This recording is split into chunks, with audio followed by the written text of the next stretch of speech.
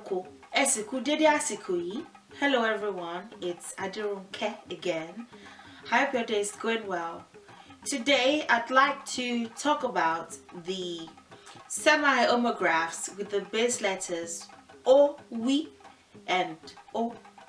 Earlier I talked about the semi-homographs with the base letters O, we, and O.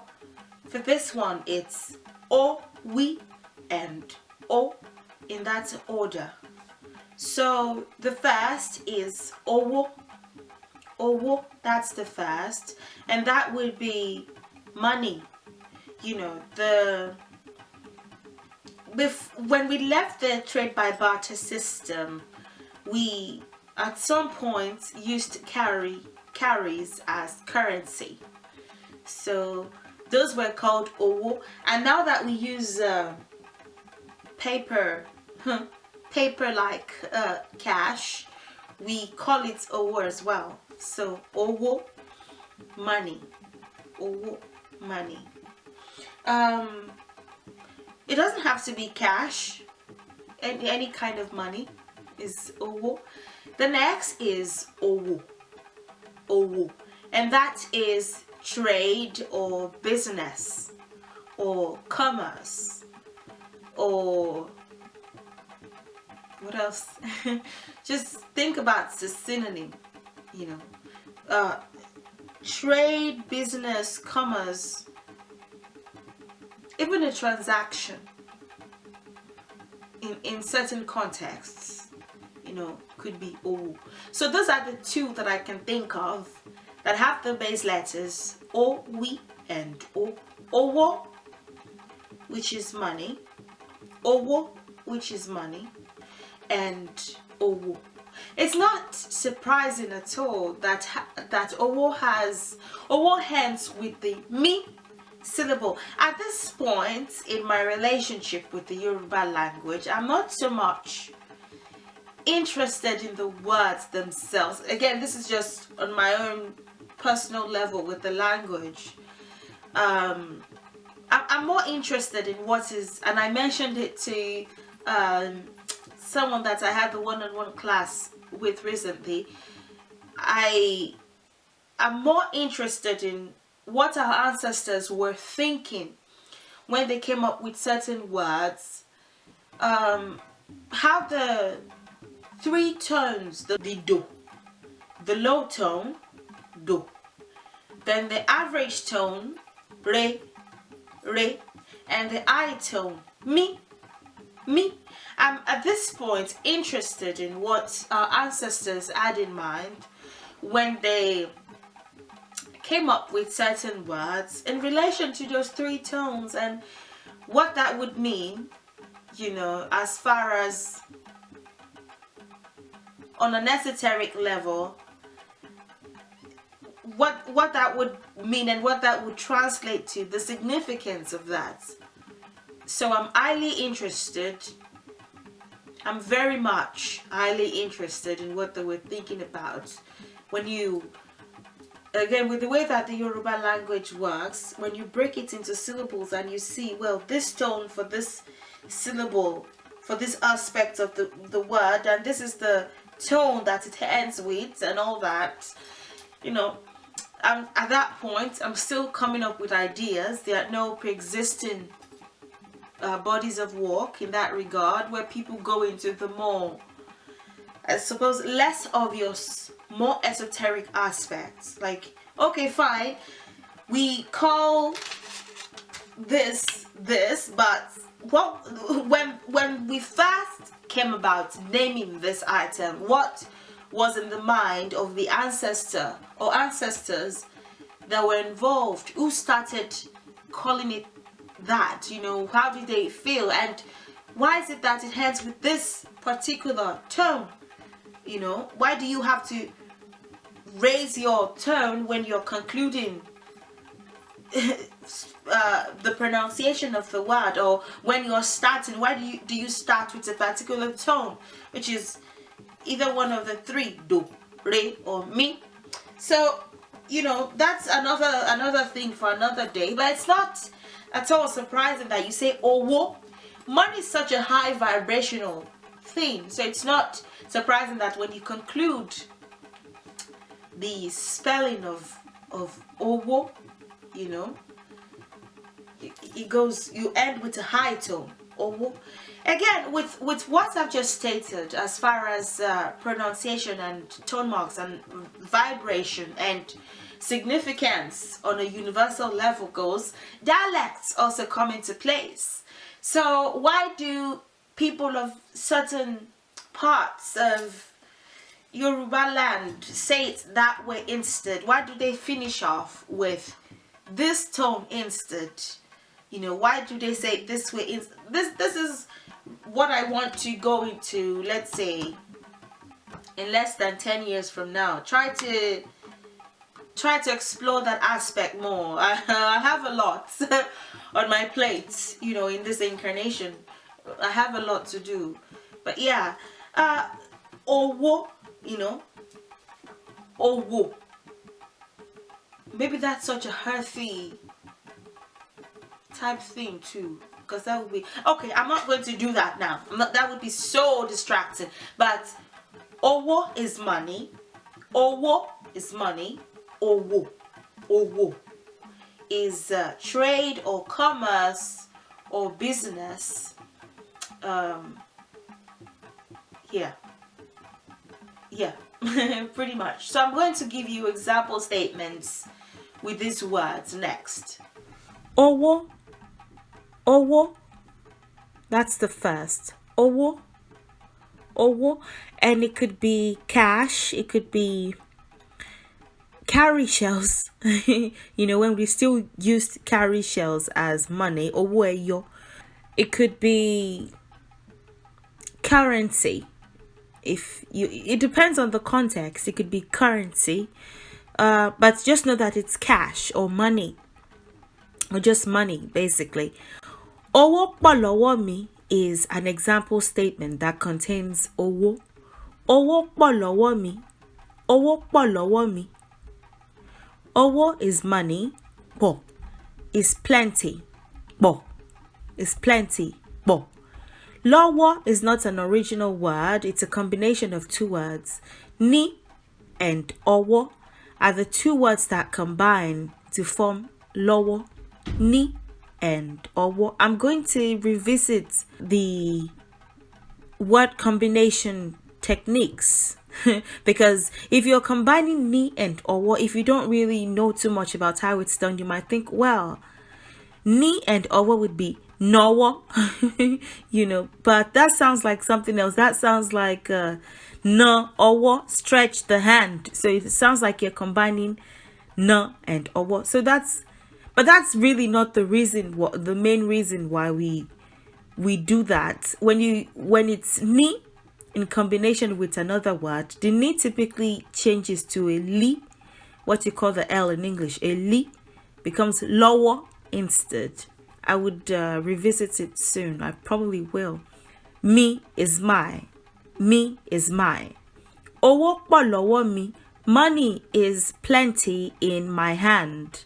Owo po lowo mi. Money is plenty in my hand. And when you, I suppose, translate that, it becomes, I have plenty money. You know, that's what that is.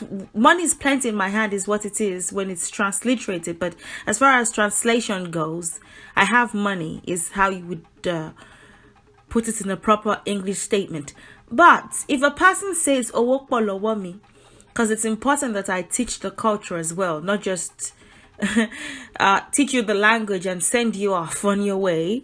They could also be saying, I have little money.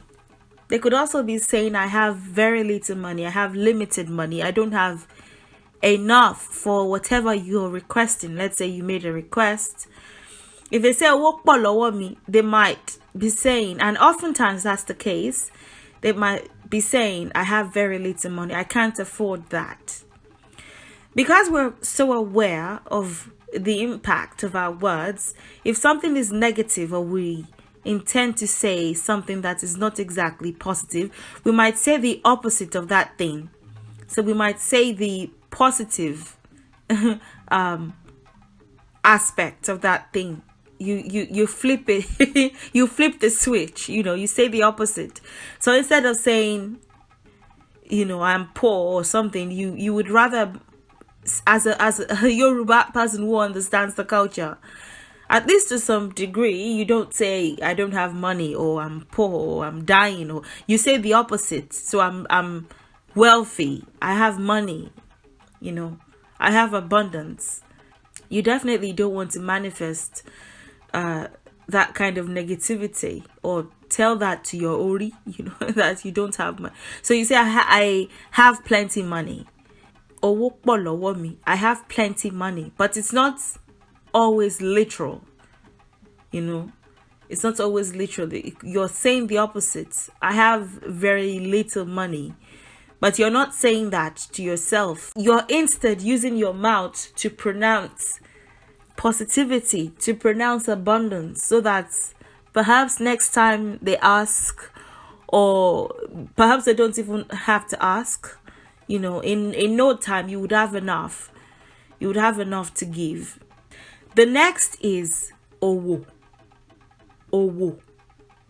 Owo. And it means trade, business, commerce.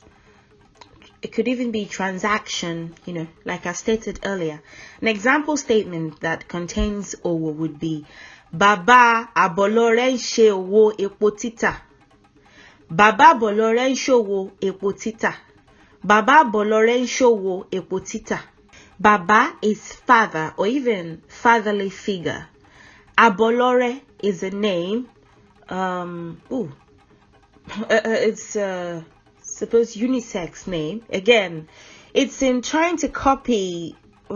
It's in trying to copy other traditions that we started to say, okay, this name, we make it gendered. This is the female name. This is the male name.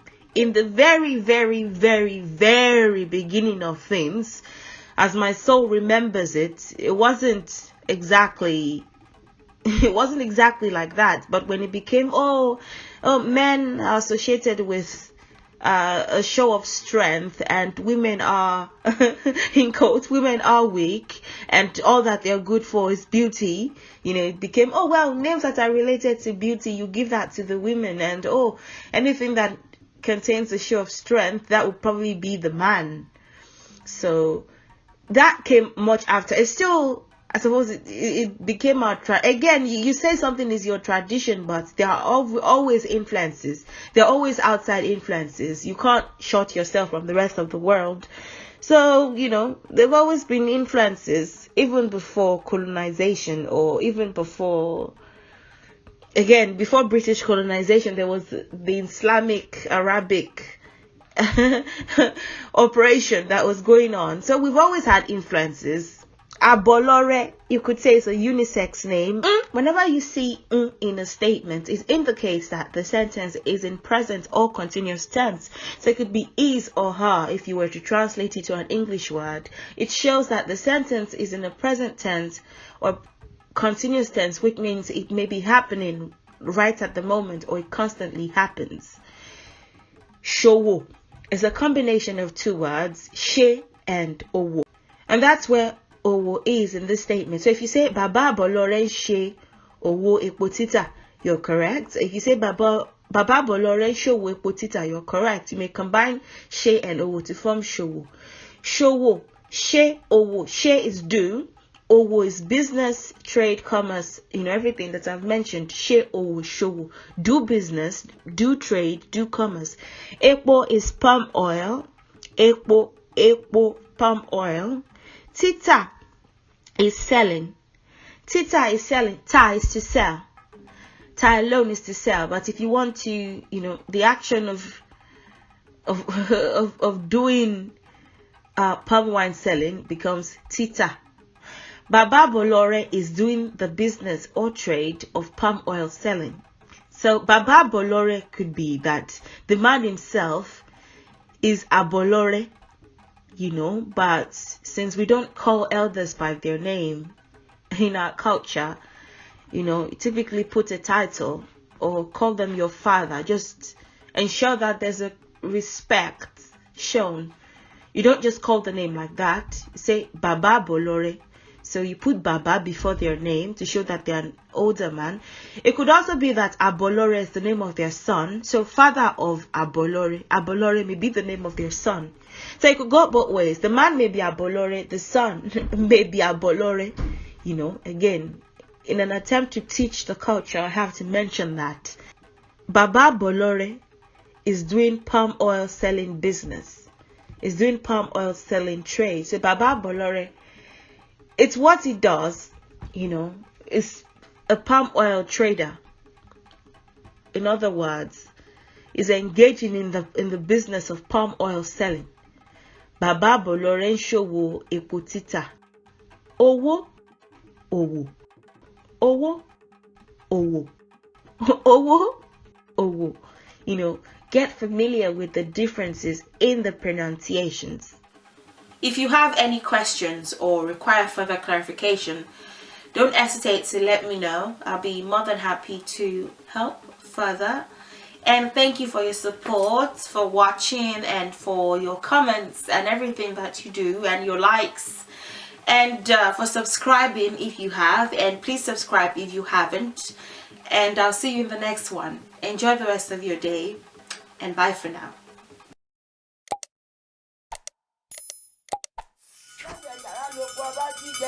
Àfùgbọ́gàdà lórí ọ̀pọ̀ rẹ̀ lékelé ìdíjú padára gbogbogbò àsálà tó lóbi inú àkókò wọn kí wọn gbẹ́ lọ mọ tẹ́wọ́ ọwọ́ mi ò tó ọládé kojú ẹ̀gúnjí mo wá kẹsàn-án làwájú rí ọlọ́mọ retí gbé yá mi torí èjì gbára abẹ́rin ọmọrùn gbogbo wáyé ládé kojú òtórí ìlú ọjà mọ lápá gbọ̀gbọ̀ lòdùmọ̀rọ̀ mú ọlọ́rọ̀ sáré àpòjì ọba ní ògún ògbójú olóró sí jẹ́pèsè obìnrin gbádámù obìnrin gbàdámù obìnrin gbójú ọ̀nà ọkùnrin sá o.